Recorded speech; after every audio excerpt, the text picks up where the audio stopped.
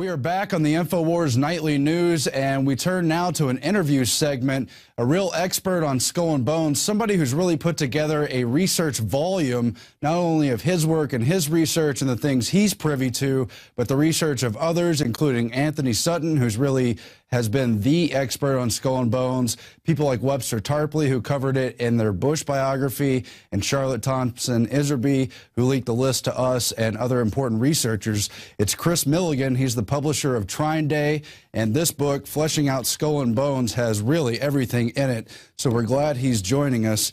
Kris, thanks very much. Thank you very much for having me. So first of all, your father was in the CIA, and this helped you get into the whole area, the whole subject area. Why don't you tell us about your background and your family's background and how you came to find out about the New World Order, skull and bones, and all the related subjects? Well, my daddy told me, and I didn't believe him. My father got involved in intelligence in the 1930s as an exchange student to the University of Shanghai. And he left Shanghai in 1937, went across the Trans-Siberian Railway, went through Moscow, Berlin, ended up in London at the World Council of Conference Churches with the Dulles brothers. And then as soon as he graduated in 1939, he ended up going directly back to Washington, D.C. He had been scheduled to go to school in Switzerland, but the war came along. And he was soon working in the basement of the Library of Congress under Archibald MacLeish, who was a member of the Order of Skull and Bones and who was a Librarian of Congress and a member of OSS. And my father was in COI, which was Donovan's, Wild Bill Donovan, the gentleman who headed OSS, his first organization. And then he was in OSS.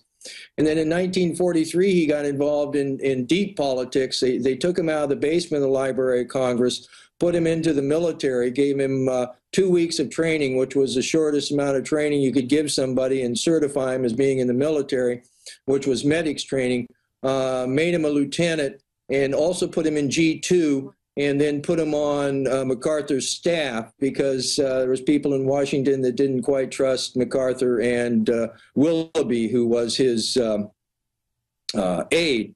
And then he went from they sent a gentleman over. Well, my dad started working with the guerrillas and went into Manila before the troops did, and was helping the guerrillas set up their diplomatic mission and their government. And in doing that, they put a bunch of the collaborators, the people, the Filipinos who had collaborated with the Japanese, in jail. Well, those happened to be a bunch of MacArthur's friends because he had been raised in the Philippines. And so when he came back, he found a bunch of his friends in jail and found out that my father was involved with it. And they said, get rid of my dad. And the person they brought in to get rid of my dad was a gentleman by the name of Edwin Lansdale. And if anybody's looked into what you want to call conspiracy literature, you'll find that Mr. Lansdale is quite prominent in it. And he used to come over to the family house.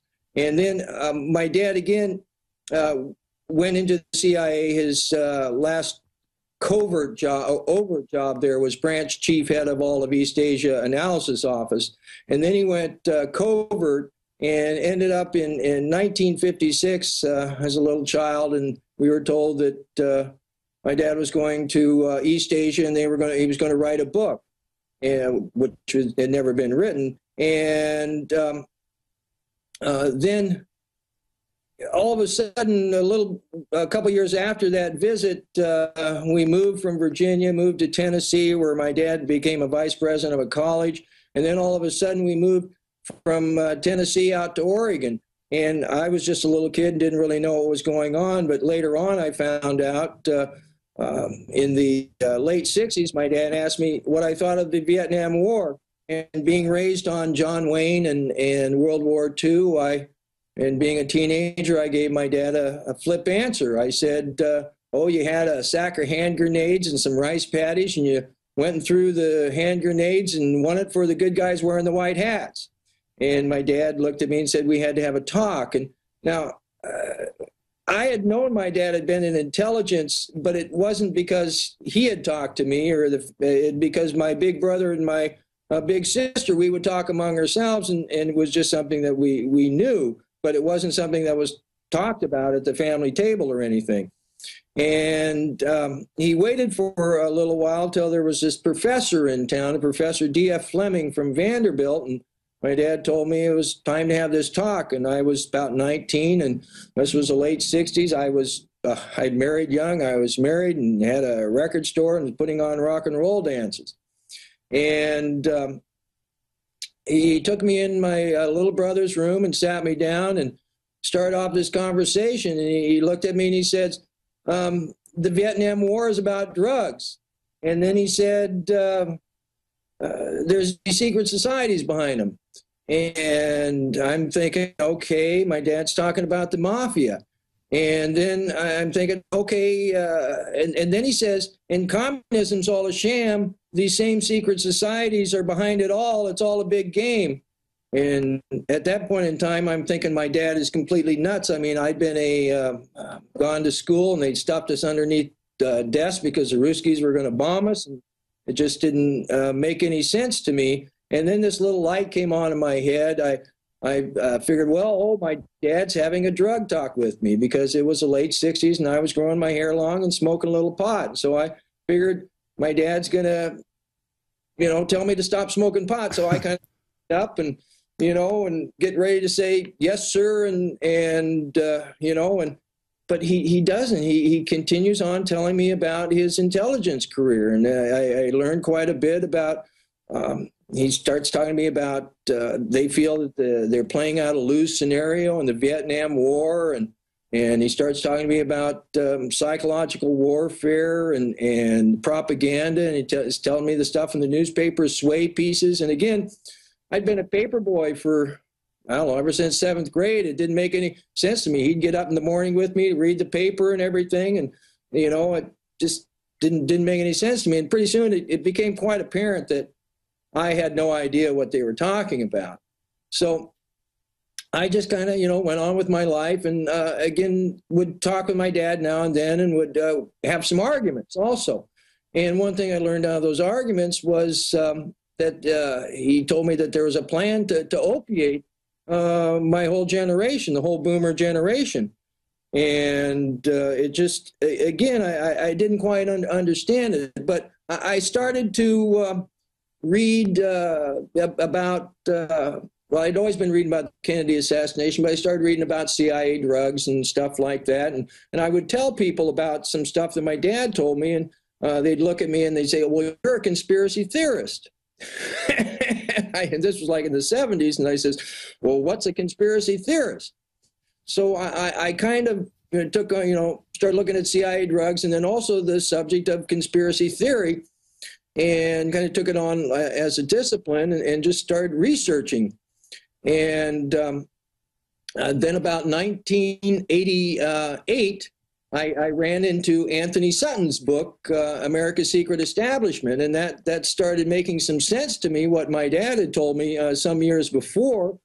And my father had, last years of his life, he had cancer and Parkinson's, so I really couldn't talk to him much. But so after he died, I was going through his papers, and at about this time, I was also doing a lot of research in CIA drugs, and was very interested in Chiang Mai, Thailand. And so Chiang Mai, Thailand is basically a heroin city. The big banks have branches here and everything. And I saw this trip that my dad went on in 1956. He went to Chiang Mai. So I'm thinking, great, I can talk to my mother and ask her, how big was Chiang Mai? Because I'd been told it had been a very small town, and now it's the second largest city in Thailand. And she said, yeah, in 56, it wasn't very big. Biggest thing in town was a church. They had some pictures of it. And so I was pulling down the picture book to look at the pictures. And my mother made this little aside, and she says, and that's when she stopped believing everything she read in the newspapers. And I asked her, well, what do you mean? And she said, well, because when they were in Thailand, the big story was about this big battle in Vietnam, and right where they had been. And she said, there was no battle. We were having a picnic. So I go and turned the picture book back from Chiang Mai, and sure enough, there's Colonel Lansdale and my dad, and some people with not fatigues on, and berets and stuff, and they're having a picnic. And there's this beautiful picture of my mother, which ended up being used in her memorial. And it says out from the side, it says Eudora, that was her name, Eudora out from Saigon with Colonel Lansdale and North Vietnamese military leaders. Mm-hmm. Okay? And so what my dad said was absolutely true about the Vietnam War being about drugs. And they took American boys and girls and sent them to hell for 1 year. Okay? And those boys and girls knew that after 1 year, they got to go home. Well, some of those boys and girls got addicted to the heroin that was being proffered to them by whole kinds of people over there. And then you have, a heroin addicts that they get sent back. And what do? They start selling heroin. Okay? And so, I mean, this kind of demonstrates the perfidy of what's going on, what goes on with as our foreign policy, and the psychological games. Because, see, you can go into books, conspiracy theory books, and you can, people will say, well, the FBI, made the Summer of Love and all of this type of stuff. And basically that's, they did want to create a drugged out peace generation as an antithesis to our parents' generation, and also as I call them a hat rack in the room, but something that you can talk about. And they were able to, use that as a pretext for the war on drugs, which is still going on, to assault our Constitution and to move us away from our republic into the empire that we live in now, And so that's how I got into it. My dad told me some things I didn't believe, and I started looking into it. And once you start looking into this material, you find validation. And I would get books, and I'd read the book, and I'd get to the end, look at the bibliography, go to those books, and pretty soon you're out of conspiracy theory books, and you're into dry books about banking and business and all kinds of other stuff. And because it's not easy talking about this stuff to people. I mean, you get called names, you get all kinds of BS, and if it wasn't true, Lord have mercy, I would have dropped it along. Right. I would talk with Anthony Sutton. I asked Anthony. I mean, and in the book there's Anthony's last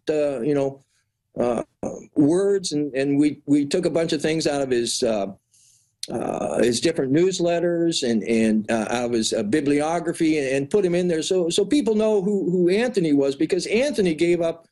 I asked him one time, was this a good career move, looking into Skull and Bones? And obviously not. He had to laugh. Yeah, there was he even before he was looking into Skull and Bones, he was working at the Hoover Institute at Stanford. And well, hold on a second. Let's get into that after. Let's just start with the most basic question, because we have new viewers out there, but also for the old people who do know what Skull and Bones. Let's just talk about what is Skull and Bones. We know they have very prominent members in positions throughout government, in media, in business, but what is the group itself? And then let's branch into Sutton's writings and the things he discovered. Well, they're a secret society. I mean, they try and say, oh, we're just a fraternity or stuff like that. No, but they are the classic definition of a secret society. And if you look at them through sociology, secret societies are the same all over the world. You've got an outer layer that are good for favors and window dressing. In Masonic circles, they call them porch brethren. Then you have an administrative cadre, because at any time you have people who turn the lights on and turn the lights off. And then you have a core group. And the core group at Skull and Bones, they're all related. At any secret society, the core group is all related. They're all cousins. Skull and Bones is built around the Cabot family with a very strong substanding of the Whitney family. Right. And those are some of the oldest families in America. For the most part, they go back to royal blood as well. Is that what you found? Well, yes, they go back to royal blood. They also go back to Calvinists. And both Harvard and Yale were set up as schools for Calvinist clerics. And the group that actually came to New Haven, where Skull and Bones is based, were, besides being Calvinists, were hyper-Calvinists. And Calvinists, they believed that Christ only came for them. They were going to be, there was going to be a new world, and they were going to be one of the 144,000. They came over with a judge and a prophet, and only certain male landowners could vote and stuff like that. They had the 7 pillars of the community. And they also believed in a thing that is called hyper-Calvinism. And with hyper-Calvinism, they not only believe that there's an elect in heaven, but they believe there's an elect in hell. Mm-hmm. And you take that type of belief, and then in the late 1700s and the early 1800s, you had the Enlightenment come in, which brought in Western ritual magic, brought in, the stuff about Egypt and Greece and stuff like that.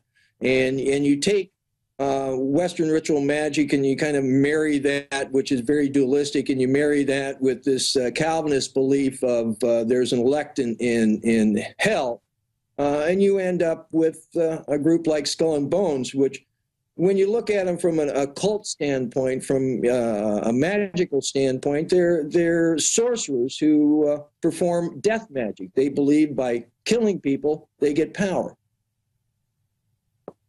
Wow. That's chilling right there. So, but then that's not exactly the things Anthony Sutton was writing about. He was very much dealing with things from foreign policy standpoint. Where does the secret society and ritual magic elements, where does the rubber meet the road with the tangible things we see our government doing and so forth and so on? In Elite Deviants, one thing they talk about, they say that between 1860 and 1960, there were 2 big, large federal corruptions. Then starting in 1960, we get these huge corruptions that happen that have very big social consequences. And the thing that's most interesting is almost the same players are involved with it, and the same institutions. And you see, it's my contention that one of the things that Skull and Bones does through their control of the government, because, part of their shtick, we can go back to Washington when he was talking. We had a first Illuminati scare here in the late 1700s, and he wrote a letter. Somebody asked him about the Illuminati, and he said, yes, the Illuminati are here, and their tenets, their basic tenet is to divorce us from our institutions and our faith, our family, and our government. And part of their shtick is for them to make us think that our government is bad and evil. And our government is not bad or evil. We need government, okay? But they have corrupted our government and use our government against us, which is just criminal. I mean, these guys are criminal. And part of their thing is they do huge amounts of psychological warfare against us. Most of our election cycles have not been about, will my vote with a bunch of other votes elect a person? Okay, these elections have been controlled for quite a while, and they're about polarization. They're about polarizing us, getting us into different camps so that we don't like those people over there and they don't like us, so that we're just fighting each other. And then the other big thing that they do is, just as in propaganda, psychological warfare, and mind control basically works out of a trance, okay? You put people under hypnosis, okay? You can put the whole country under hypnosis by having them watch TV. Our televisions have a 60 cycle, run on 60 cycles. They have a little flicker in there. That little flicker, you read any book about hypnosis, will tell you that 60 cycles put you into a trance, okay? And the next part of mind control is, once you're into the trance, hypnosis, you won't do things that you normally do. So they'll have you play a character in a book or a play or a movie or something like that. Then beyond that is trauma.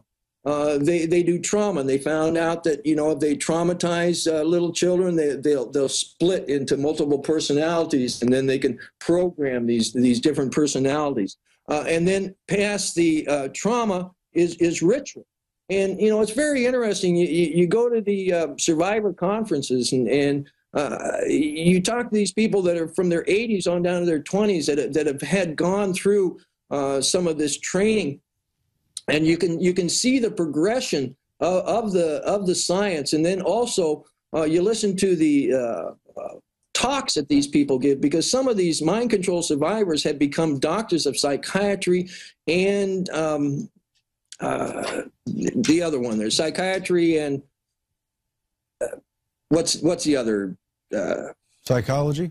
Psychology, yes. To just understand themselves, and so. One thing that you know that the secret societal system has done, okay, to play with our minds and to play with our society, they've done these huge big rituals. When you look at the Kennedy assassination, okay, and you look at it really, really hard, at the end of the day, it's a ritual. It's an occult ritual called the killing of the king. It's written about in books, Fraser, in the 1930s.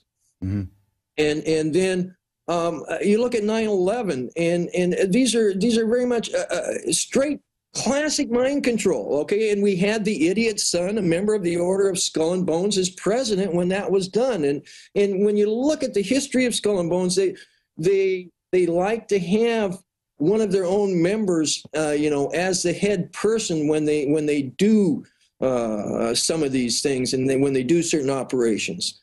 And, you know, because like with 9/11, I cannot say over as many times as we saw a plane going into a building over and over and over and over again that morning. I mean, that's classic mind control, okay? Because you've been on an airplane, you've been in an office building, you know that those are innocent people. We sat there and we watched innocent people dying over and over and over again. That puts you into shock, okay? Right. And they smashed this huge big archetype, the Twin Towers, the World Trade Center, that they spent so much money into getting into our heads that this was this big symbol of America's power and everything. And then they smash it, and then they build the country back up the way they want, you know, and where we go to war. And again, like I say, you know, death magic. By killing, you know, 3,000 people, they got the power to take our huge country and all that it possesses to war, okay? And, you know, and before then, they used to at least keep up a fiction that we don't kill people. Now we all know that the president has in his desk a list of people that he kills. Some of them are even Americans, okay? And then, you know, if you've flown a plane in the last, you know, gone on an airplane the last 10 years, you know, you've had to submit to, you know, a complete degradation just to get on an airplane, okay? And so that's one thing I see this secret societal doing is doing these huge, big mass rituals for control. And it's not about getting them more money. It's about control. It's about control. Well, let me bring this up. I don't know if it's a side point to your overall argument, but it's certainly related. If you go back to Iserby's arguments about the educational roots and people like Hegel in Germany, and Sutton has the same research, psychology, psyche, that's the soul. They actually didn't want to mess with the soul. They said they wanted to bypass it and use animal programming to control us, basically. Absolutely. I mean, they keep dumbing us down. They keep making us more gross. You know, they absolutely. They try to bring the animal out in us, because the animal is more easily to control than a quote unquote human. Okay, and no. Johann Wolfgang Fichte, in his third address to the German people in 1805, says, we're going to take your children and we're going to teach them when and how to think. And they created the three schools, the academies for the elite, the institutes for the helpers of the elite, and the folk schools.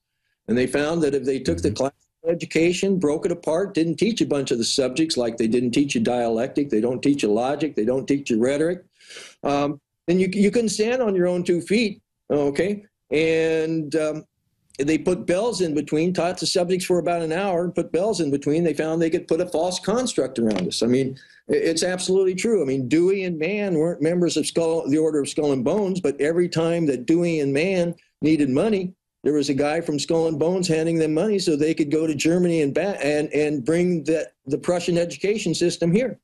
Right. And there were other educators who were members of the order, and Iserby and Sutton outlined who they were and when they went over and how they're connected. Absolutely. You had Daniel Coyne Gilman is one of them, I think. Right. Gilman. Well, Gilman was a very interesting gentleman. He was one of their not their last beard, their second to last beard. And beard, I mean front man for Skull and Bones.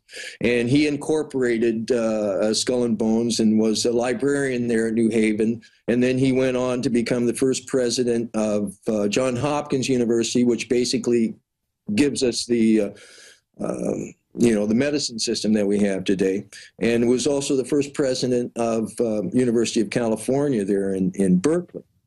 And there's a street named after him there, and there's a big connection between San Francisco and Skull and Bones. Yeah, flesh that out for us, if you will. Well, here's how the secret societies rule the world. Okay, I mean it's a basic Leviathan of 3 levels, and each level has 3 parts. And the top level is mining, metal, and money. You know, and if you think about it, it kind of makes sense. I mean, if you control the mining, then you have a good chance of controlling the metal, then you have a good chance of controlling the money. I mean, it used to be that our money was metal. And when you look at Skull and Bones, when you look at the members, you know, you find a lot of mining engineers. Matter of fact, Charlotte Iserbyt's family came into it through her mining. Grandfather, who was the first member, was a gold mining engineer. And but like the Dodges and the Kellogg's of Skull and Bones aren't the Dodges and Kellogg's of the cars and the cereal. They're the Dodges and Kellogg's of minings, and they have the Ansons and the Stokes and the Phelps and all of this. And you look at the history of California and Arizona both, and you find these guys from Skull and Bones there scooping up the mineral rights right at the beginning. And then the next level is drugs, guns, and oil. And it was a gentleman from Skull and Bones, Dr. Benjamin Silliman Jr., who in 1855 made gasoline for the first time out of petroleum rock oil. Okay, and he did this for the Rock Oil Company of Pennsylvania, and it was based in New York, but and it was for the Bissells and for the Townsends. And he wrote a report, and he said, "Gee, gentlemen, I think you have some very inexpensive products with a very inexpensive process.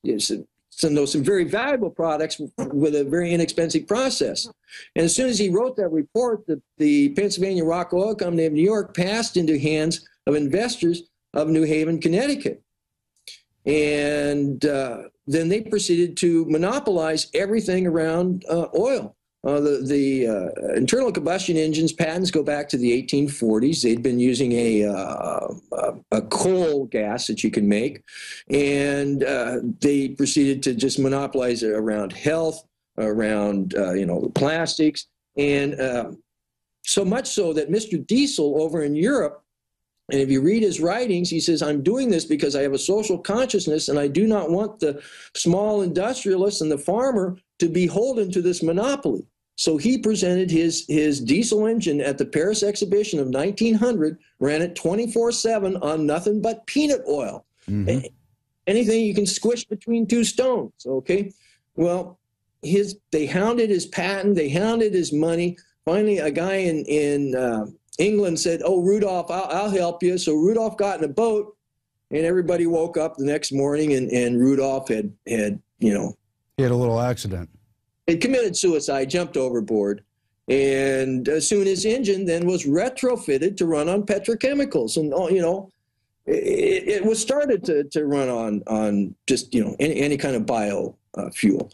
And the only reason we go to the oil store is because these guys own it. And drugs, Skull and Bones was started by a drug smuggler and a family and a politician. The politician grew up to be the Attorney General of Ulysses S. Grant administration, very corrupt administration. And from a pragmatic standpoint, okay, if you want to look at their ability to control the country, okay, it goes to the 13th Amendment of the Constitution. There used to be a completely different 13th Amendment of the Constitution. It was ratified in Virginia, printed there, printed in constitutions up through the 1870s. Okay, when this gentleman was Attorney General. They were able to say, oh, well, that thing didn't really get ratified and blah, blah, blah. And so, I mean, that's their ability to hoodwink us, to make us think that something else is going on. And in the 13th Amendment basically has to do with lawyers and whether they're going to be a lawyer and work for the bar out of England, or if they're going to be a member of our government. It basically says you can either be a lawyer or you can't be in the government.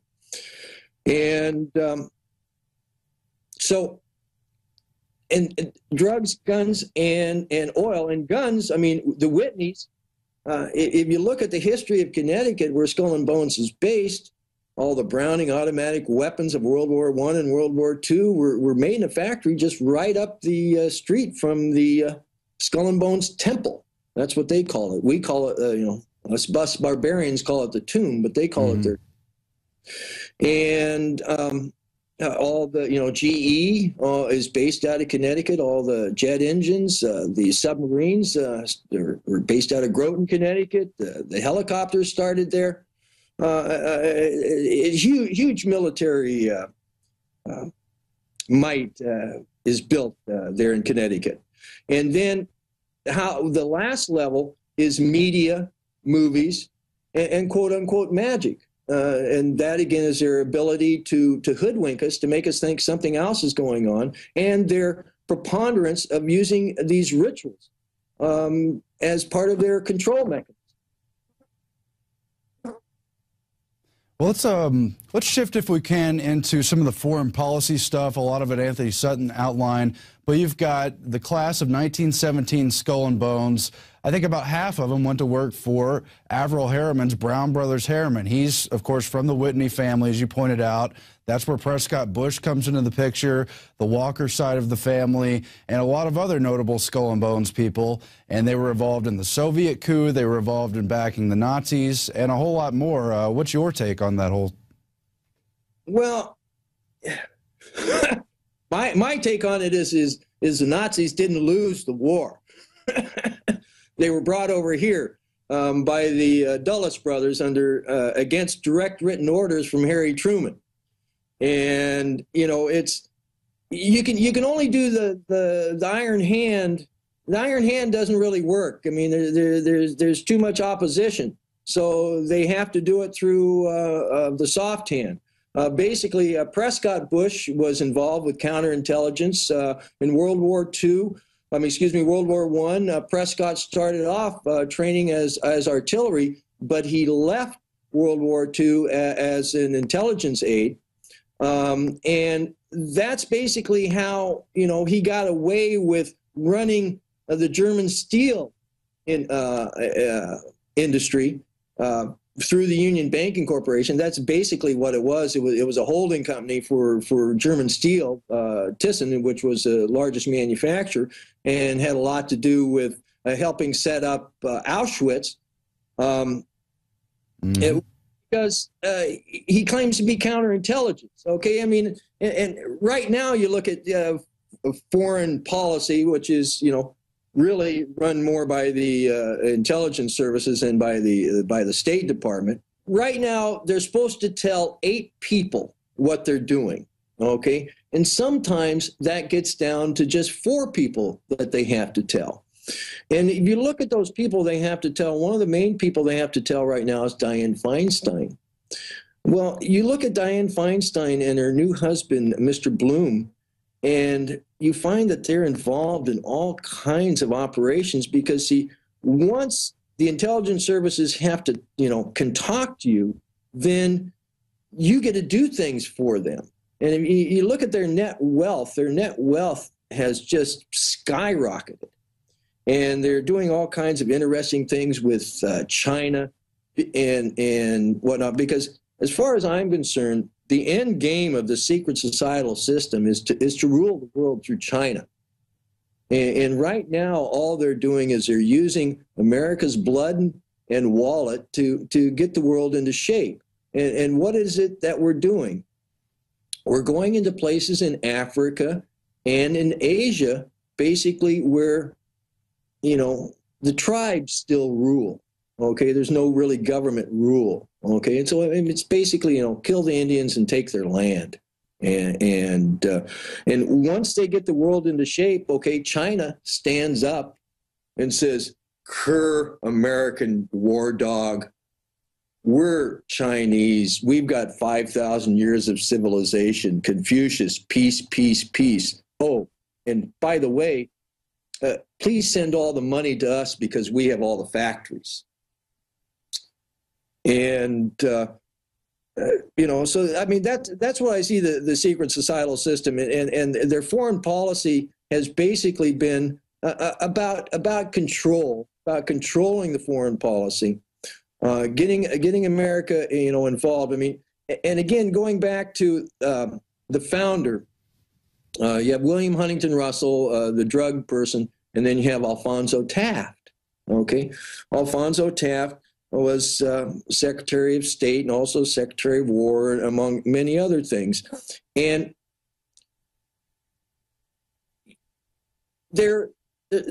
we as a culture, as a society altogether, we have what are known as self-correcting devices, because we really aren't on a death trip. We aren't looking to just all kill ourselves here. And the first self-correcting device is something I call it the dark hallway. It's known to us as the historical dialectic. And basically, you walk down a dark hallway a while and you bump into one side, and then after a while you bump into the other side. Well, I say some things that I know that are true about drug smuggling, intelligence agencies, and secret societies. And then I find people that I know that are spooks saying stuff just a little bit wilder that has some truth in it, but also has a bunch of non-truth in it. And that's because by controlling the extremes, you control the middle, okay? The next self-correcting device is a thing called the cycle of generations.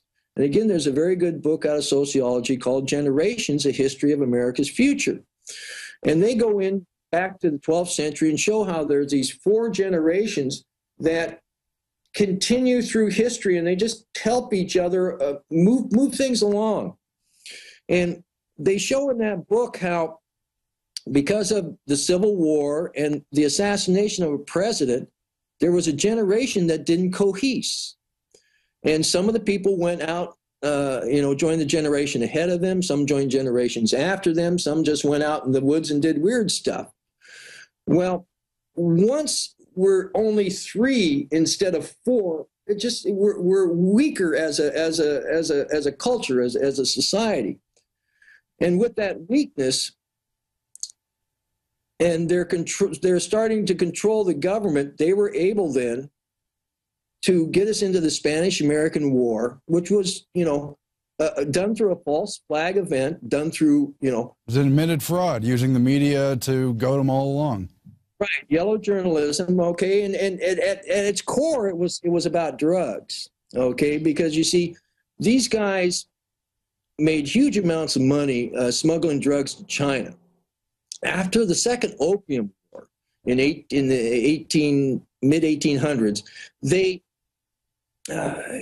lost their cash cow. Okay, it took a while for the Chinese to realize that, wait a minute, I don't need you smugglers anymore. I can just call up India and have them send me a boatload, and I'll pay the duties and whatnot. But you can see in international finance where they lost their cash cow, and they went from controlling numbers in corporations to not as much.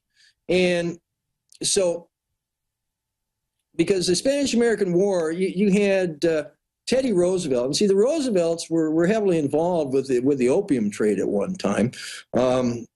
They were ship owners and ship captains. And then Franklin Roosevelt's grandfather, Warren Delano, was the chief factor for Russell and Company in Canton for 20 years. And so the family was heavily involved with it. Well, Teddy Roosevelt was Undersecretary of Navy. He told the Secretary of the Navy had the gout one day. And this was before Spanish-American War, and the Secretary went home early. Teddy stepped up to the desk, sent off a bunch of messages. The Secretary of the Navy came back the next day and said, "Teddy, what did you do?" and never left again early again. And basically what Teddy had done, he'd sent some messages to Dewey, because once the war got declared, we didn't go into Cuba right away, but we took the Philippines just right away. Okay, and the Filipinos were also fighting the Spanish too, but we met the Filipinos at the shore and said, "Oh, my little brown brother," and fought a horrendous war there against the Filipinos to take control over those islands. And it was because, see, Manila is the oldest Western port in East Asia, and it was very important to these opium smugglers. And so Arthur MacArthur was the first military governor of the Philippines, and who they sent over to be the first, they declared the war over before it was over and sent over the first civilian governor, and that was William Howard Taft, son of the founder of the Order of Skull and Bones and a member of the Order of Skull and Bones. Well, William McKinley asked Taft twice to be on the Supreme Court. That's a lifetime appointment. He turned him down twice. And if you look at the historical record, then McKinley got shot, and Teddy Roosevelt became president, and he asked Taft to be Secretary of War, and Taft said, "Okay, I'll be Secretary of War." If you look at what he did in the Philippines between being asked to be on the Supreme Court and finally leaving, was he had made opium illegal for the first time in modern Asia, and then he started the initiatives that started the Hague and the Shanghai Convention, which gives us our prohibitions that we have today. And these prohibitions have nothing to do with our health, have nothing to do with our children, have nothing to do with our community. They have to do with keeping in place a black market, which allows forces from out of the shadows to sell plants for more than gold. So that's, you know, that was, they got the Spanish-American War, okay?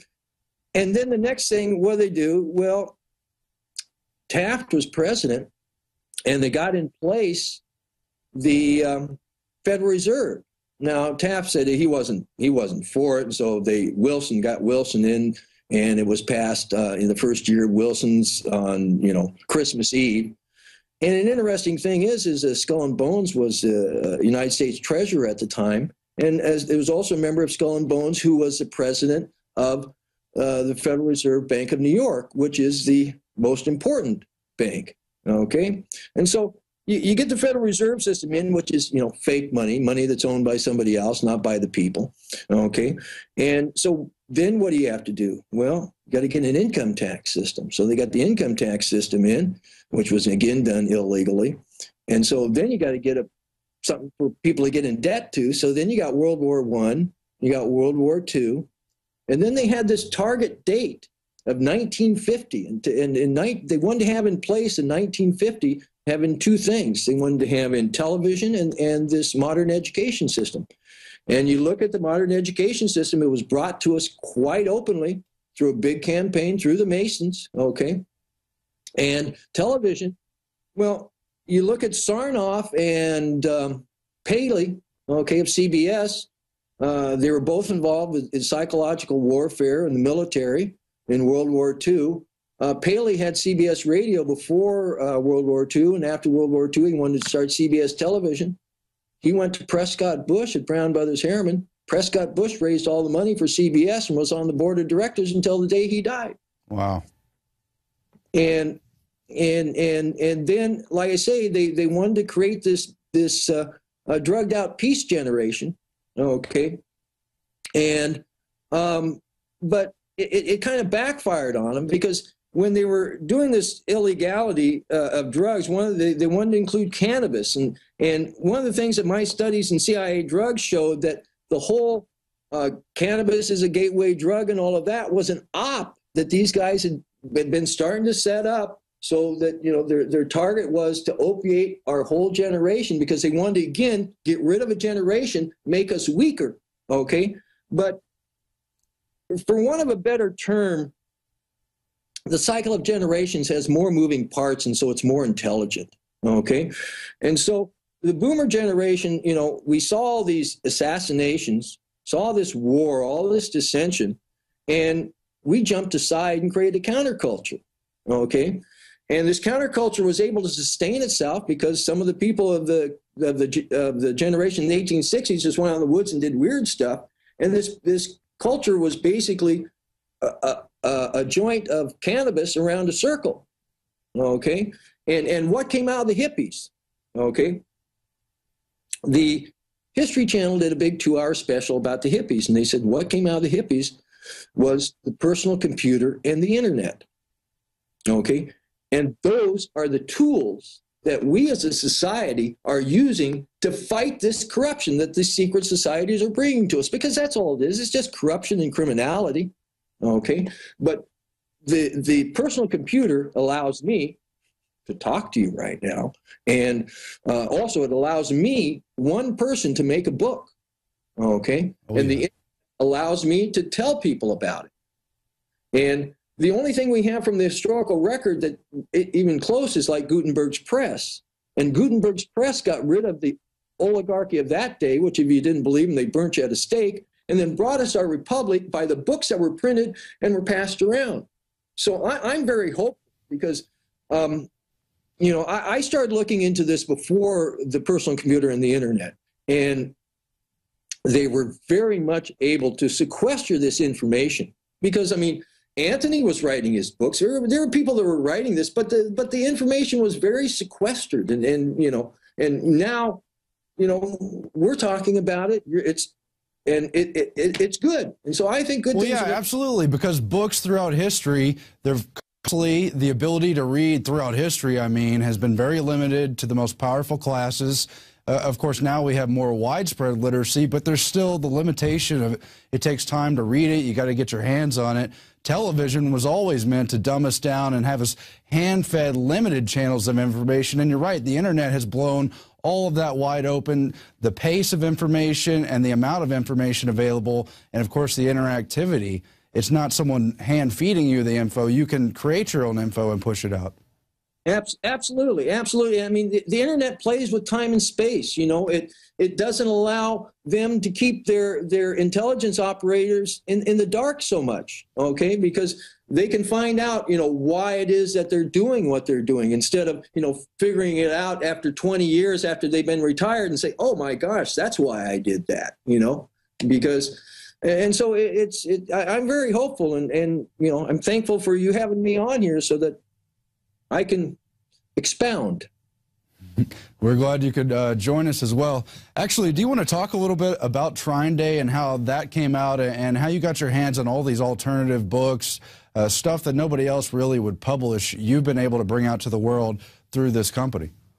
Well, I was, once the internet came around, I mean, I'd been starting to write about Skull and Bones a little bit before the internet, was trying to get, you know, I'd send it off to magazines and all kinds of places and book publishers. Nobody would do anything.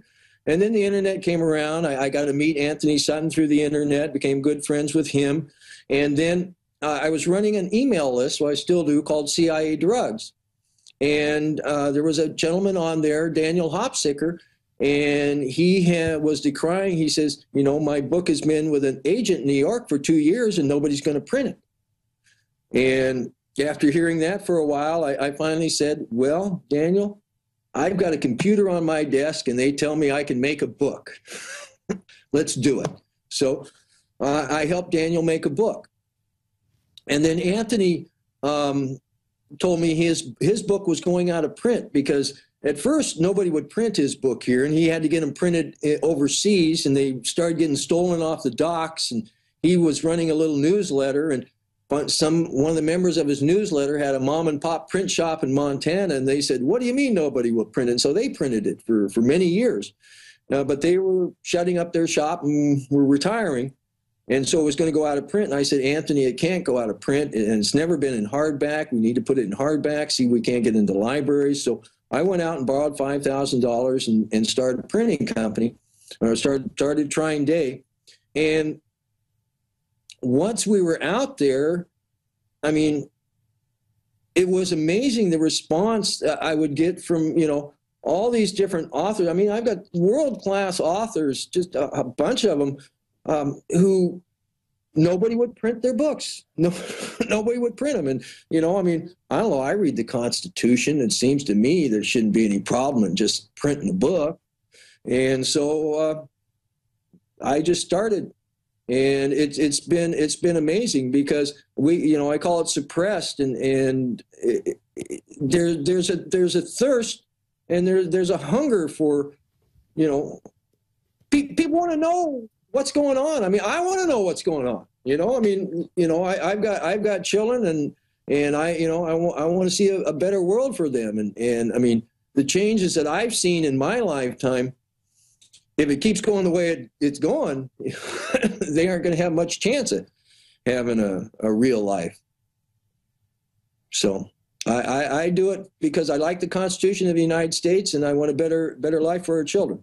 And, I go to our website, tryingday.com, and please support us and buy some books. And we've got a lot of them at InfoWars, too, at our InfoWars store, and here's just 3 of them. I think we have more than 10 of your titles, but of course, Fleshing Out Skull and Bones. And this is great because this used to be out of print. I think I got my personal copy when it was like $70. Now it's $25. That's an incredible deal because it's got Tarpley's work in here, Sutton's, your research, Iserby's. I don't know these other authors, Altman and Bunch, but there's so much information in this book. Anthony Sutton's book has charts and diagrams and follows the family names, the political connections, and America's Nazi Secret. We had Loftus on last week. He's also interesting on some of this whole hidden history driven by these secret societies. And once you open your mind to that and begin to follow the facts and realize this really is going on, it's not, quote, conspiracy nonsense or something, that this is based in the real history and it's just the beginning of understanding what the real history is, you'll never be the same. That's what I think. Absolutely. Absolutely. I mean, you remember a time, don't you, when you thought the Federal Reserve was part of the government and your money was real money? Well, I think we all had to learn, yeah. Yeah, I mean, I thought that, I mean, it took me, what do you mean it's not part of the federal government? What do you mean? But there's really no going back once you start to understand, And so I strongly recommend people to look into it, find something that interests you and follow it down. And yet Mr. Loftus is just amazing. I mean, that book that we published of his had been nominated for a Pulitzer, and it had to gone through CIA censorship. When it was on 60 Minutes, Mike Wallace got an Emmy for the show that he had for that book. Then we finally get to publish it without having to go through CIA censorship, and we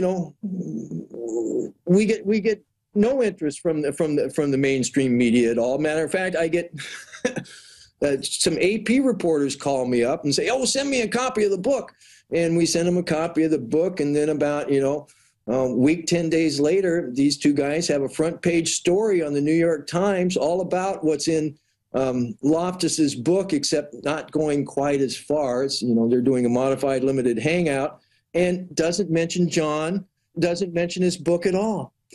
It's just amazing.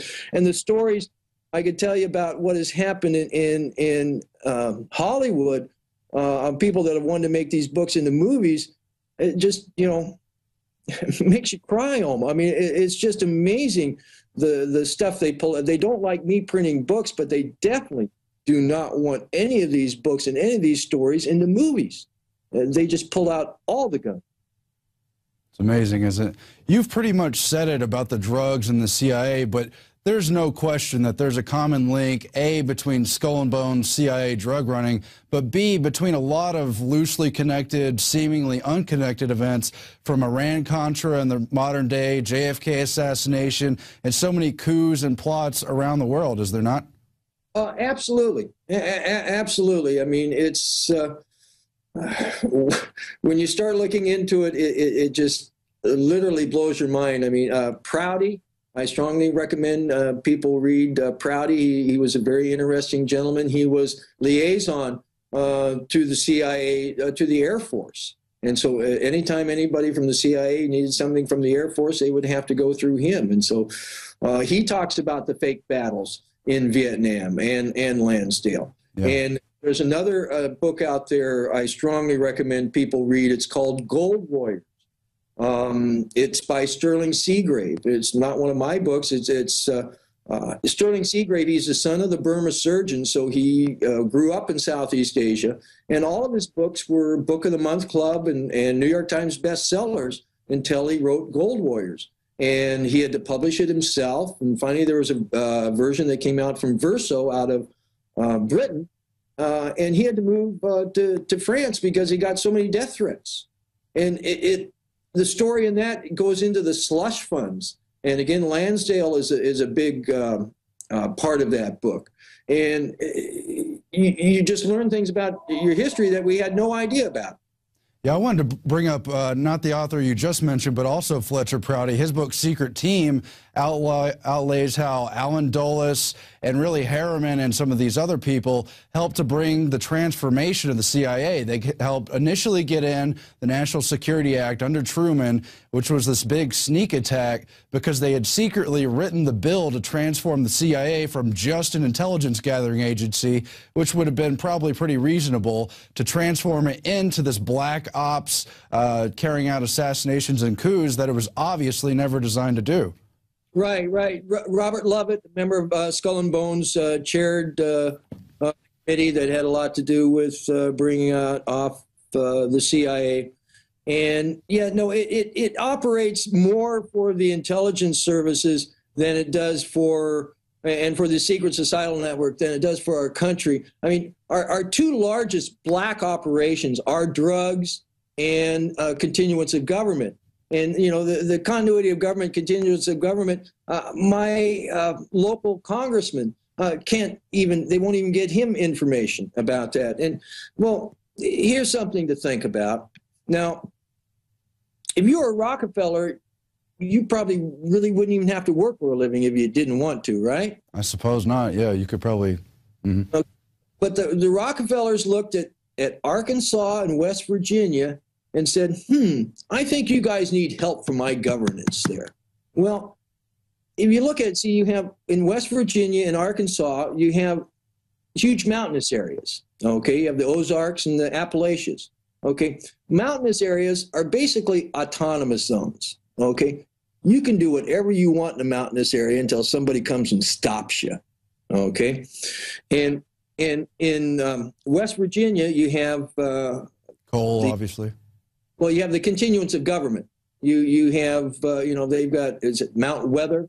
You've got a mountain there that they've got tunnels and all kinds of stuff. They got a complete cabinet, underneath there. And then drugs. Mena, Arkansas is still in operation today. I mean, it's called Mena International Airport. Okay, it's a grass runway way up in the Ozarks that's got, hangars that help make the planes so that they can fly long distances and all kinds of stuff like that. Yeah, it's... Yeah, the History Channel had that big joke about the five brothers and how I think Nelson was going to take over South America, and I guess David was going to deal with Asia or something, and how the least of the brothers was just going to take over Arkansas. Well, he really did that, so how far does that joke go, kind of thing? Right. Well,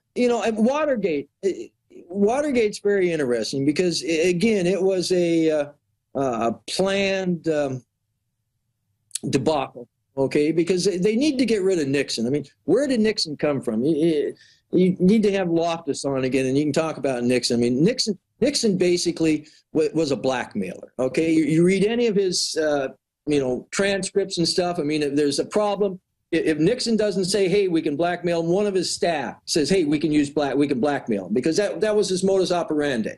And Nixon got into power by blackmailing the Dulles brothers. He was a lawyer running around New York at the end of the war, finishing up these contracts. He came across papers from Paperclip and Crossbow, and he blackmailed the Dulles brothers. And that's how come they sent, you've got that cute picture of Prescott Bush, fixing Nixon's hat. And, Prescott was the guy in 1952, okay, the lead guy for the Republicans was a member of Skull and Bones, Robert Taft, okay, but he was traditionally boring. And all the polling showed that Eisenhower would beat anybody, and it didn't matter if he was a Democrat, Republican, or something else. And so Prescott Bush went to SHAEF headquarters and asked Eisenhower, he says, Ike, what are you? We want to know what you are. Are you a Democrat or Republican? And Ike says, well, I'm a Republican. I thought you guys knew that. And then guess who shows up the very next week at SHAEF headquarters? I'm guessing a Bush of some kind.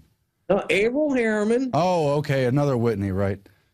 Robert Lovett and Dean Acheson, okay, all working for Truman at the time. These are the wise men you're talking about, the so-called wise men. I've got the book cover right here. I'm showing people. They show up, and Lovett and Harriman are members of Skull and Bones, and Acheson's a member of Scroll and Key, another secret society. Also at Yale. At Yale.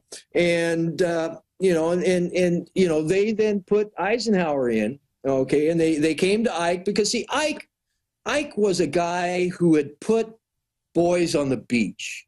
Okay, he knew what it was to do an operation that people were going to die in. Okay, so they came to him and they says, hey, we don't have to send boys on the beach. We can send in a couple spooks and get it all done. And Ike says, oh yeah, and don't tell me, because then I won't know anything. And they said, great. And so yeah, they really started putting in place, and then Watergate was basically about getting rid of Nixon, destroying helping destroy the office of the presidency, and it was about drugs and endgame, because before Watergate you had some drug thing that was set up through this military intelligence thing. So another drug thing that came through CIA counterintelligence through Angleton. There was 5 or 6 of these little drug things that came in, and who was ever at the end of that had this little power fiefdom, because they had money that was off the books, and then they also you garner intel through it, and so. They wanted to take all of those separate little things and put them into one aegis. And then Watergate was about endgame, because you had this guy by the name of, appointed president by the name of Leslie King. Okay, that's Gerald Ford's real name, is Leslie King. Okay, he comes from Omaha, Nebraska. From my money, he comes out of the mine control milieu. Okay, and whenever they need a stooge in there, he's a handy stooge to him. And if Sarah Jane Moore or Squeaky Fromm, one of Manson's followers, would have been better shots, okay, Nelson Rockefeller would have been president of the United States. And because of the Nixon and Spiro Agnew thing, they had just changed the laws and stuff, and so he could have been president for 10 years or more. But that didn't happen. So what happened? After Gerald Ford, we had David Rockefeller bring up Jimmy Who, and they besmirched Jimmy Who. A little peanut farmer. Yeah, and brought us in, Ronald Reagan and Vice President Bush. Bush basically ran that. I mean, and if Reagan didn't think so, they shot him, what was that, 80 days into the thing. Okay. Very suspicious, very Bush. And then Bush, they took all these drug things and put them through the aegis, basically through National Security Agency, because there you've got the military and the spooks together, and you're running it through, what was his name? The guy out of Arkansas. He's an NSA Are you talking about Barry Seal? Well, Barry Seal, but no, this is the guy Barry Seal was working for. He ran the Rose Law Firm. He was a big bond operator there. He had Altel. I just can't think of his name right now, but he was a big NSA guy. And you can see where they started taking the drugs money and then started putting it into the stock market in the 80s, about 82, 83. And then they started using all these big slush funds to really affect the economy because, you know, Daniel Estulin started talking about this thing called demand destruction, something he got from the Bilderberg meeting notes. And it's basically, you know, how do you destroy demand? Well, you make it so people don't have money to buy things, okay? And so they use these big slush funds to, you know, affect the world economy and bring us to the situation where we're at today. But again, you know, I have great hope because, you know, theirs is just a house of cards, and it's not a very pretty house anyway. And I think we could build a much better house. I do have hope, and I think it's through informing ourselves. I have to talk about Harriman just for a few more seconds because he's so interesting to me. He's kind of like a favorite villain. But what happened for me was when I begun to look into what's up with Prescott Bush and the Nazi financing, that's when I came to Sutton's book and a lot of your sources and things. But I also read these limited hangout books like The Wise Man by Walter Isaacson, who himself is a Rhodes Scholar. But at the same time, it's got a lot of great info. And on the white column, you've got Harriman, one of the most distinguished diplomats in American history. He was a governor. He could have been a president. He was our top ambassador to both Britain and Russia. Knew Stalin better than anyone else in history. But then when you read the real history, there's that black column where he's running all these things behind the scenes and really negotiating for his real friends who really run things while appearing to negotiate on behalf of our country. It blows me away how fascinating it is when you get into the details and learn who the names are. Right. And then there's Stimson. You know, Stimson was Skull and Bones, and he worked for like 7 different presidents, you know, as Secretary of War, Secretary of Defense, and just all kinds of things. And I mean, he takes great pride into talking Harry Truman into dropping the bomb and all these kinds of things. Exactly. The Skull and Bones is very, very interesting. And if you want to, you know, understand what the world we live in today, you need to understand Skull and Bones. Well, I think that says it all. We've gone over an hour. It's so interesting. I could literally talk for 3-4 hours without exhausting just the questions I have. Maybe we can have you back on and get into specific areas about Skull and Bones as well in the future. And but this was a great overview, and people definitely need to get your book. We have it at InfoWars, $25.95 for, well, more than 700 pages of footnotes and information and really interesting illustrations, original documents, you name it. It's all in Fleshing Out Skull and Bones. We have it at InfoWars, and Trine Day, of course, has it along with so many other interesting titles. Kris Millegan, it's been an honor to have you on, and we really appreciate picking your mind.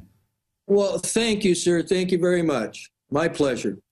All right. Until we speak again, thanks for having us. And that's it for the InfoWars Nightly News. We'll be back again next week, and we have a lot more to come in the future of this fight. But please help support us at prisonplanet.tv, where your membership helps funds our operation and allows you to get out the information. But, of course, we also have planetinfowars.com, where you can create accounts, get your networks going locally and around the world, and help fight this information war your way personally as you support us all helping to get this information out.